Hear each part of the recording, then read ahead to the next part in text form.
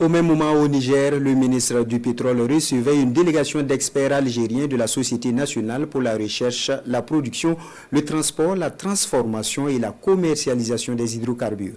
C'est une réunion en marge de la construction de raffineries modulaires et d'un complexe pétrochimique dans la région de Dosso. Le compte-rendu de Amidou Amadou et Jocelyne Amosso. Le gouvernement du Niger, par le biais du ministère du Pétrole, entend bien réussir le projet de construction d'une raffinerie modulaire et d'un complexe pétrochimique à Dosso.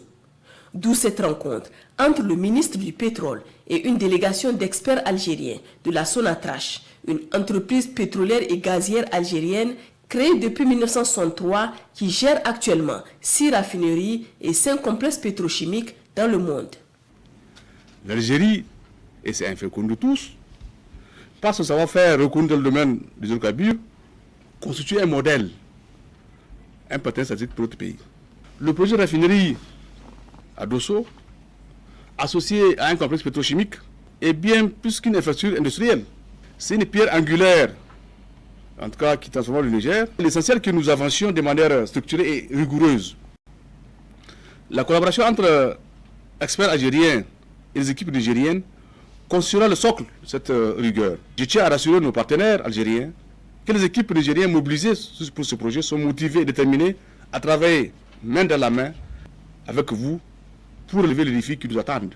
Un projet ambitieux et complexe, exigeant une bonne méthodologie, selon le ministre du Pétrole. Il s'agit donc de s'en approprier dès la base pour en maîtriser tous les contours. La mission que j'avais effectuée en Algérie en septembre dernier, l'Algérie s'était engagée à nous accompagner dans la mise en œuvre de notre projet de raffinerie et de complexe pétrochimique. Ces experts vont passer une semaine ici.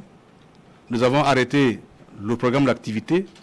Ils nous ont apporté également toute la documentation qui va nous aider dans la mise en œuvre de notre projet, à savoir un modèle d'étude de faisabilité, un modèle de contrat, un modèle financier et un modèle de cahier de charges. L'Algérie s'est engagée également à accueillir dans les différentes raffineries nos ingénieurs et techniciens supérieurs. Nous avons déjà présélectionné une quarantaine. Donc l'équipe de l'Institut algérien du pétrole sera à Niamey.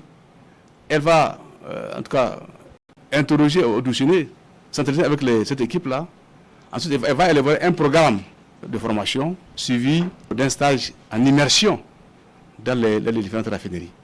Un partage d'expertise et d'expérience qui augure de lendemain meilleur pour l'avenir économique et énergétique du Niger à l'ère de la souveraineté prônée par le Conseil national pour la sauvegarde de la patrie.